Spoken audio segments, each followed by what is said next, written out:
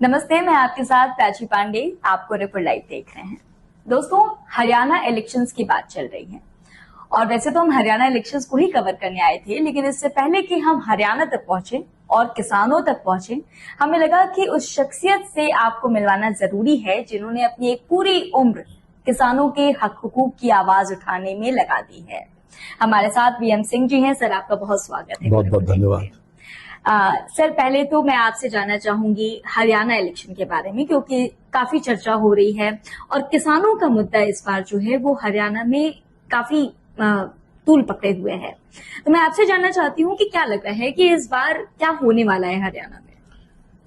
देखिए, ऐसा है, कृषि प्रधान देश है ये जी। और किसान ही पिटता है जी। कहीं ना कहीं किसान खड़ा होने की कोशिश कर रहा है।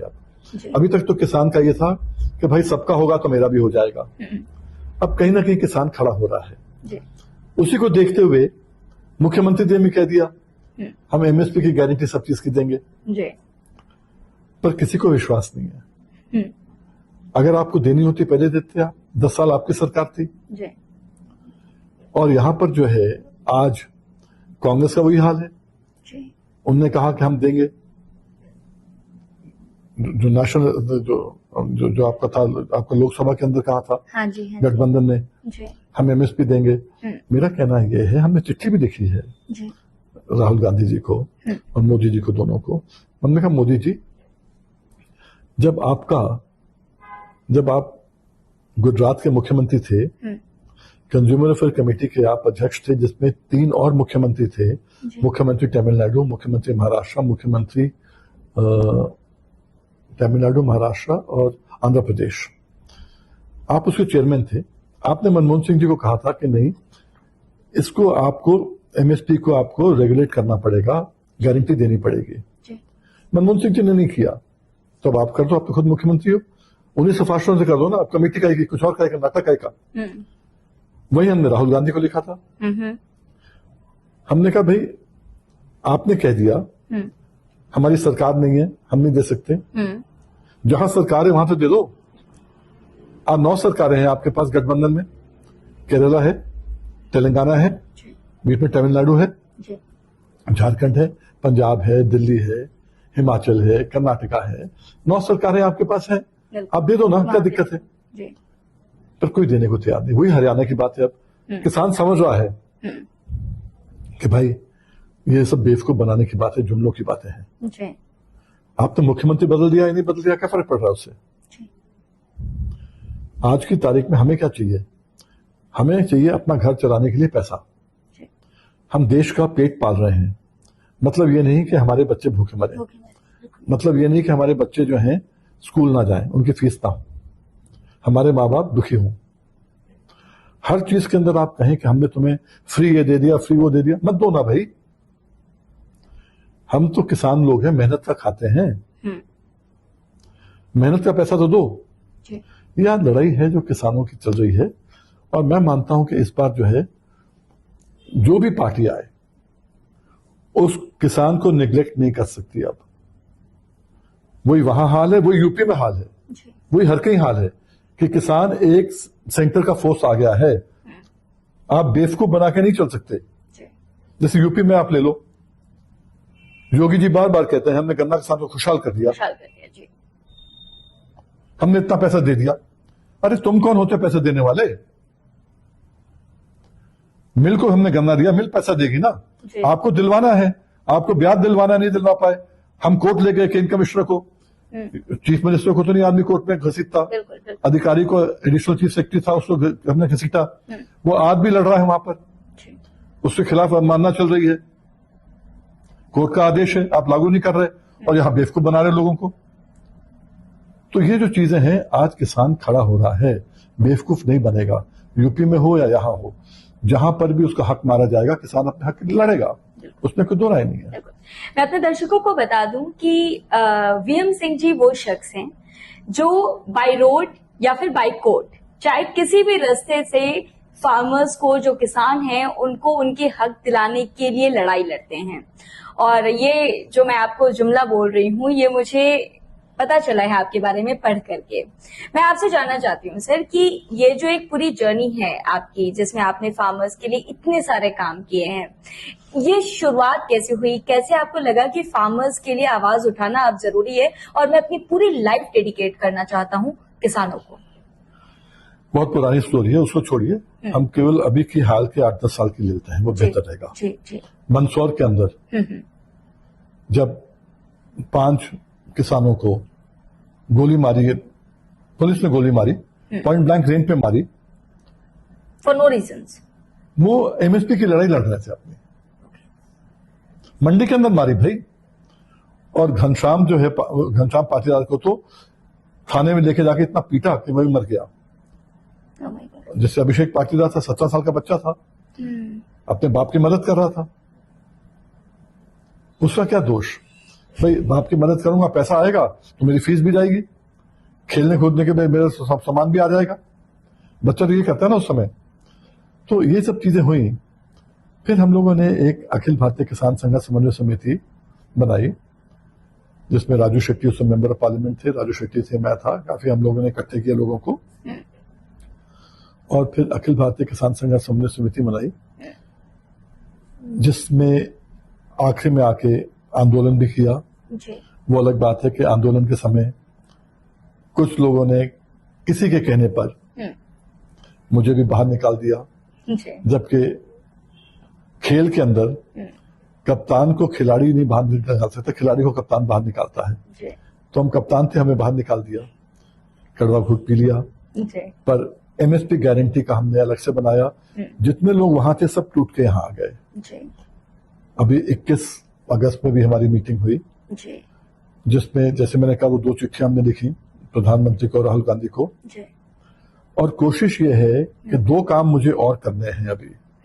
एमएसपी की गारंटी दिलवानी है, अनाज की, दूध की, सब्जी की और फल की, जिसमें हर आदमी कवर हो जाए। आज उत्तर प्रदेश में देख लें, आप जहां जाते हैं आपको गौ माता दिखती है रोड पे। अब गौ माता नहीं बोलते, अब छुट्टा जानवर बोलते हैं। छुट्टा पशु, छुट्टा जानवर बोलते हैं अब। और जेली होती है ना लोहे वाली, उससे मारते हैं उसको। हाँ। बहुत दुर्दशा है। कांटे वाली तारे लगा दी है आथर के कि अगर आएगी गाय, क्या क्या करने गाय आ रही है? भूखी है, भूखी है, चारा चाहिए, तो हमारी फसल खाने आ रही है। हम चारा क्यों नहीं खिला सकते? क्योंकि महंगा है। महंगा है, चारा महंगा है, अफोर्ड नहीं कर सकते। 2 किलो दूध देती है और 4 किलो का चारा खाती है, तो हम नहीं दे सकते भाई। अगर दूध का रेट बढ़ जाए जी, एक बैलेंस रेट हो जाए, इससे कम क्यों खरीदेगा नहीं जी। प्याज इससे कम क्यों खरीदेगा नहीं जी। आलू इससे कम क्यों खरीदेगा नहीं जी। फल इससे कम क्यों खरीदेगा नहीं, तो किसान बच जाएगा। अनाज इससे कम क्यों खरीदेगा नहीं। हम नहीं कह रहे सरकार खरीदे, हम कभी नहीं कह रहे सरकार खरीदे। जैसे चीनी के अंदर आपने किया है, पेट्रोलियम में किया है, बहुत चीजों में आपने किया है, वैसे करो ना भाई। इससे कम कोई लेगा तो जेल जाएगा, बस इतना कर दो बस। आप तो बढ़ा रहे हो, हर चीज के रेट बढ़ा रहे हो। पे स्केल्स बढ़ाए जा रहे हो, पहला पे स्केल, दूसरा पे स्केल, तीसरा पे स्केल, अब 8वां पे स्केल आने वाला है। जिस आदमी की तनख्वाह, ये आईएएस ऑफिसर्स की तनख्वाह 1.5 लाख हो गई है। आप देखिए इनकी तनख्वाह क्या थी 50 साल पहले, 2000 रुपए थी। सबकी तनख्वाह बढ़ती जाए पर किसान पीछे जाता जाए। ये जो है, इन चीजों को लेते हुए हरियाणा के अंदर भी अब जो है, मैं ये मानता हूं, इलेक्शन के अंदर किसान जो है अपने हक की लड़ाई लड़ रहा है। और मैंने तो उनसे कहा था, मैंने कहा जिस दिन तुम जितने संगठन हो हरियाणा के पीछे जब आए थे एमएसपी गारंटी किसान मोर्चा में, मैं जितने संगठन हो, 31 संगठन हो, सब मुट्ठी बंद हो जाओ, अपनी सरकार बना लोगे। ओके। पर ना नॉर्मल तेल होगा, ना राधा नाचेगी। सबको है कि मैं यहां से लड़ूंगा, मैं यहां से लड़ूंगा, मैं यहां से लड़ूंगा, क्योंकि मेरे पास पैसे नहीं है, मैं तब भी लड़ूंगा। सब अपनी अपनी दौड़ में लगे। हाँ। और आज हकीकत क्या हो गई है? हकीकत यह है कि किसान को इकट्ठा होना ही पड़ेगा, वरना किसान का बच्चा कभी खेती नहीं कर पाएगा, किसान का बच्चा कभी एमएलए नहीं बन पाएगा, एमपी नहीं बन पाएगा। क्यों? आज टिकटें इतनी महंगी हो गई हैं, जिसको देखो 5 करोड़ की टिकट लेके आ रहा है, 10 करोड़ ऊपर लगा रहा है, किसान कहां से लाएगा, कहां से क्या करेगा? वो हमेशा फट्टे उठाते रहेगा लोगों के, झंडे उठाते रहेगा लोगों के। इसलिए कहीं ना कहीं तब्दीली लानी पड़ेगी और शायद हरियाणा से ही तब्दीली आएगी। हरियाणा से तब्दीली आएगी, यू बिलीव सो? लगता तो नहीं कि किसान अगर कम से कम खड़े होके ढंग से वोट दे दे, अभी इलेक्शन नहीं लड़ रहे ज्यादा, पर वोट तो ढंग से दे दे, वोट ढंग से दे दे, तो वो एक कम से कम तब्दीली आएगी वो। ओके सर, मैं आपने अभी गोलीकांड का जिक्र किया मंदसौर के, मैं आप दर्शकों को बता दूं कि एमएसपी, जिस एमएसपी की बात आज बड़े जोर शोर से हो रही है, उस एमएसपी का मुद्दा वीएम सिंह जी आपने ही उठाया था 2002 में, सही बोल रही हूं? सन 2000 में उस समय इन्होंने उठाया था। जरा सोचिए उस समय ये जो विजन था आपका, वो आज कितना ज्यादा मतलब मुझे लगता है कि हर दूसरा किसान जो है वो चाहता है, हर दूसरा क्या, हर किसान ये चाहता है कि एमएसपी जो है की गारंटी जो है वो उसको मिलनी चाहिए। तो मैं आपसे जानना चाहती हूँ सर कि ये जो एमएसपी की बात थी उस समय आपके जहन में कैसे आई? देखिए, मैं जब विधायक था मैं देख रहा था कि लोगों को जो है, जो एमएसपी से कम रेट बिकता है, उस समय 350 का धान था और 200 कुछ रुपए का ये लोग खरीदते थे मिल मालिक, चावल मिल मालिक। तो मैंने उस समय एफसीआई से कहा खरीदने के लिए, और मैंने एफसीआई के कांटे भी लगवा दिए। मैं कहा मैं खरीद चालू करा दूंगा। और मैं 94 की बात कर रहा हूं अभी पहले।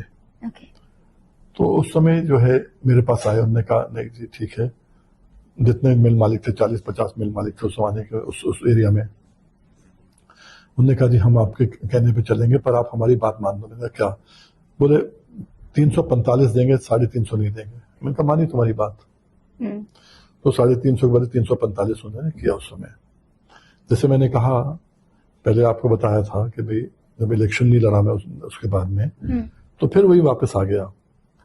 जब वापस आ गया तो लोगों ने मुझसे कहा कि जी हमारा एमएलए तो कर नहीं रहा, आप ही कुछ करो। तो सन 2000 में एक चक्का जाम किया था पूरनपुर से ही, और वैसा चक्का जाम आज तक कभी नहीं हुआ। वैसा चक्का जाम आज तक नहीं। जितनी ट्रेनें थी सब रुक गई थी, जितनी बसें थी 250 किलोमीटर का जाम था और वो सब रुक के सब खत्म समाप्त हो गया था। एक परिंदा भी नहीं निकल पा रहा था, ये हाल था। पर ये हमने पूरा प्रिपेयर किया था कि हर कोई आदमी भूखा नहीं रहेगा। आपने लंगर की व्यवस्था हमने 40 पॉइंट्स पे करी थी और दूध की व्यवस्था करती बच्चों के लिए। कोई बीमार हो तो अपनी वैन से, मारुति वैन से उनको छोड़ने जाते बरेली या कहीं भी आसपास। एक पूरा ऑर्गेनाइज तरीके से था और जो वैन के लिए रास्ता भी खोल देते थे। और एक चीज उसमें थी उस समय जो थी, कम से कम 10,000 सफेदों के पेड़ लोगों ने काट के रोड पे डाल दिए थे। और आज तक लोगों के घर में जो पटेला बोलते हैं, सुहागा बोलते हैं, वो उनके बना के लोग रखे हुए हैं। तो वो जैम ऐसा था उस समय। फिर एक सरकार को जाना पड़ा था, राम प्रकाश गुप्ता जी, बहुत भारी था और बड़ा ऑर्गेनाइज था। और मैंने सबसे कहा था कि कोई उस समय मोबाइल तो थे नहीं, मोबाइल थे पर हर आदमी के पास नहीं थे। भाई 36 रुपए मिनट था या 32 रुपए मिनट था, इतना महंगा था उस समय। व्हाट्सएप ग्रुप्स नहीं होते थे। हाँ, हम भी उस समय देखते थे किसको फोन करना, किसको उठाना, किसको नहीं उठाना। तो उस समय जो है हमने सबसे कहा था भी कोई अगर आपसे कहता है कि वीएम सिंह ने छोड़ दिया, नहीं छोड़ दिया वगैरह, कुछ नहीं, किसी की बात नहीं माननी है। अपने अपने पिकेट्स पे 40 पिकेट जैसे मैंने कहा था हमने बना के रखे थे, उस पे रहो आप, अपनी चौकियों पे बना के रहो। जब राजनाथ सिंह जी ने ओथ लिया था रामप्रकाश गुप्ता जी के बदले, उन्होंने अपना फूड कमिश्नर भेजा था वार्ता करने के लिए। हमने कहा तक मुख्यमंत्री ने आएगा हम बात नहीं करेंगे। पर जब आके फूड कमिश्नर ने कहा कि मुख्यमंत्री ने आपकी सारी बातें मान ली हैं और कहा कि मैं खरीद करना चालू कर दूंगा, फिर हमें क्यों रुकना था? पर वो अलग बात है, हमने वो 250 किलोमीटर को खुलवाने में ही मुझे 2 दिन लग गए थे। हर कहीं जाना पड़ा, लोगों से बात करना पड़ा, उनको थोड़ा विश्वास दिलाना पड़ा। और ट्रेन हमने पहले छोड़ दी थी सारी। तो उसमें जो है ये करने के बाद जो है एक माहौल ऐसा बना उसमें कि जितने वहां पर लोग थे सबको ये विश्वास था कि नहीं अब तो तुलेगा ही तुलेगा। पर जब उठ गए तो सारे कांटे वापस बंद हो गए। कांटे तोल के लगाए थे सरकार ने, वो धोखा दिया एकदम। फिर हम हाई कोर्ट चले गए, हाई कोर्ट से आदेश लिया और वो आदेश 20 साल तक चलते रहा। बीच में हिकअप्स आई, वो टूटा फूटा, किसने कुछ किया, किसी जज ने कुछ आदेश दे दिया, फिर सुप्रीम कोर्ट आए, सुप्रीम कोर्ट से ठीक कराया, वापस गए, तो सुप्रीम कोर्ट और हाई कोर्ट के आदेशों से 20 साल तक चलता रहा, 2020 या 2021 तक। फिर कोर्ट ने कहा कि भाई हमने इतना कर लिया है, कब तक करेंगे। फिर ये आंदोलन चालू हुआ, इसलिए हमारा एमएसपी का था इंटरेस्ट ज्यादा। किसान आंदोलन पर हम रुके थे। किसान आंदोलन में जब किसानों का पूरा जत्था जो था वो लाल किला की तरफ बढ़ रहा था, उसके बाद लाल किले पे जो कुछ हुआ, जो हिंसा हुई, जिस तरह से नेशनल फ्लैग के साथ छेड़छाड़ हुई, वो सबने देखा है। और उसके बाद जो है वो वीएन सिंह आपका एक बयान आता है जिसमें आपने ये कह दिया कि इस आंदोलन से अब मेरा कोई नाता नहीं है। कारण ये है कि जिस तरह से हिंसा हुई, जिस तरह से नेशनल फ्लैग के साथ छेड़छाड़ हुई, वो एक्सेप्टेबल नहीं है। क्या हुआ था उस दिन, और मैं आपसे जानना चाहती हूँ कि ऐसा क्या हुआ कि आपको लगा कि अब आंदोलन से पीछे हटना चाहिए, जबकि आपने खुद इतना बड़ा आंदोलन किया है। आंदोलन खड़ा किया था ये पूरा का पूरा जी। और हमारा मुद्दा ही एमएसपी था। और जब उठे थे हमने दो मेन चीजें कही थी जी। हमने कहा पहली चीज तो नेशनल फ्लैग के साथ कोई खिलवाड़ नहीं हो सकता, ये बर्दाश्त नहीं होता है। और दूसरा ये था कि हम यहाँ काय के लिए आए हैं, अपनी पीड़ा लेके आए ना। अस्पताल में आए तो मल्लम पट्टी कराने आए, अस्पताल तोड़ने थोड़ना आए हैं जी। तो ये दो मुद्दों को लेकर हमने किया। और हमने ये कहा कि एमएसपी की लड़ाई हमारे गांव गांव में चलेगी। अब अमर अनशन पे बैठेंगे लोग, हजारों गांव में लोग बैठे और 2-3 महीने मैंने लगाए, उसके बाद में घर नहीं रुके, तबीयत खराब थी फिर भी जाते रहे हर कहीं और किया। अच्छा सर, सरकार में किन लोगों से आपकी अभी तक एमएसपी को लेकर के बात हुई है और उनका क्या रिएक्शन रहा है इस पर? देखिए, सरकार में तो बात मेरी व्यक्तिगत जी। वो तो इनके 15-20 मीटिंग हुई, कितनी हुई, यस नो करते गए, मुझे मालूम है, वो तो सबको मालूम है। मेरी व्यक्तिगत मीटिंग हुई थी 30 सितंबर 2020 को। वो था कि जब हम लोगों ने आंदोलन का एक रास्ता दिखा दिया था और कह दिया था कि नहीं हम लोग ये करने वाले हैं। 9 अगस्त को क्रांति दिवस के ऊपर हमने कहा था, सबको इकट्ठा कर रहे थे और उसके बाद भी इकट्ठा करते गए। फिर पंजाब वालों को बुलाया, हरियाणा वालों को बुलाया, महाराष्ट्र, केरला, कर्नाटका, सबको बुलाया। 24-25 26 अक्टूबर को रकाबगंज गुरुद्वारा के कॉन्फ्रेंस हॉल के अंदर मीटिंग हुई, सबको बुलाया, तय किया गया कि दिल्ली आना है नवंबर के अंदर 25-26 को। और जिस दिन मीटिंग हुई नेक्स्ट डे मुझे कोरोना हो गया था। तो पर ये चीजें जो है ना, अब इनका कोई फायदा नहीं है। सरकार की मीटिंग मेरी हुई थी 30 तारीख को। पहले तो हमने पीएमओ से जब फोन मुझे आया था, किसका मुझे अब याद नहीं है, तो उन्होंने कहा जी आप मीटिंग करेंगे तोमर जी के साथ। मैंने कहा बिल्कुल नहीं करेंगे। मैंने कहा तोमर जी के हाथ में क्या है, या तो प्रधानमंत्री से करेंगे, अमित शाह जी से करेंगे। बोले प्रधानमंत्री या अमित शाह ठीक है, उससे कम, उससे कम किसी के हाथ में नहीं है। फिर वापस फोन आया कि बोले अमित शाह तो अस्पताल में है, बीमार थे उस जमाने में, आपको याद होगा, सितंबर 2020 की बात है। बोले प्रधानमंत्री 5 मिनट टाइम दे देंगे बस। मैं कहा 5 मिनट मीटिंग हम नहीं करेंगे, क्योंकि उनकी गरिमा का सवाल उठता। प्रधानमंत्री हमसे कहेंगे भाई ठीक है अब हम देख लेंगे, तो माननी पड़ेगी बात। भाई प्रधानमंत्री अगर कहता है तो बात माननी पड़ेगी। हाँ, किसानों के मुद्दे पे सिर्फ 5 मिनट। हाँ, जो मैं बता रहा हूँ ना, मुझे जो कहा गया था तो कहने लगे नहीं फिर आप किसी और को बताएं। अच्छा आप राजनाथ सिंह से मिले, वो आजकल अमित शाह के बदले हैं। तो मैं कहा राजनाथ सिंह जी तो एमएसपी के पैदाइशी हमारे हिसाब से तो मैं वही उनसे जब मिलता हूँ वही उनसे कहता हूँ, मैं तो उनसे, आप तो हमारे कारण बने हो। तो उन्होंने कहा कि नहीं ऐसा है कि आप उनसे मिल लें। तो राजनाथ सिंह जी के घर पे फिर राजनाथ सिंह जी के यहाँ से फोन आया कि राजनाथ सिंह जी कह रहे हैं कि क्या तोमर जी को भी बुला लें साथ, कोई दिक्कत तो नहीं है। मैं कहा बिल्कुल, जिसको चाहे बुला लें। तो 3 लोग वो थे, 5 लोग हम थे। वार्ता हुई उनसे, हमने तो प्राइवेट मेंबर बिल भी दिया उनको, ये बिल पेश कर दो। सब कुछ किया, पर शायद सरकार को लगा कि नहीं, ये तो भाई रास्ता ही अलग बता रहे हैं, ये तो रास्ता ऐसा बता रहे हैं कि ये हल निकल जाए इसके अंदर, हमें हल तो निकालना नहीं है। मैं हिंदुस्तान पाकिस्तान की बात है कि हल निकल जाए तो फिर उनको भी काम करना पड़ेगा, इनको भी काम करना पड़ेगा। ऐसे दोनों आंखें दिखाते रहे तो चलते रहेगा। आज 50 साल से चल रहा है। जी। तो वही हाल था कि अब ये तो हल की बात कर रहा है, नहीं हल नहीं चाहिए, चलो ऐसे लोगों को बुलाओ जो हल की बातें ना करें। वो यस नो करके निकल गए, वो आपने देखा था। अब वो सब वही लोग अब कहते हैं कि नहीं, हमें तो एमएसपी चाहिए। क्या किया जाए, सच इज लाइफ। सर, हमारे साथ जुड़ने के लिए बहुत धन्यवाद। आपने बहुत सारी बातें हमसे की हैं और मुझे लगता है कि इतना सारा एक्सपीरियंस आपका मैं अपने साथ लेकर के जा रही हूँ। बहुत बहुत धन्यवाद। Thank you so much. Thank thank you. You so much.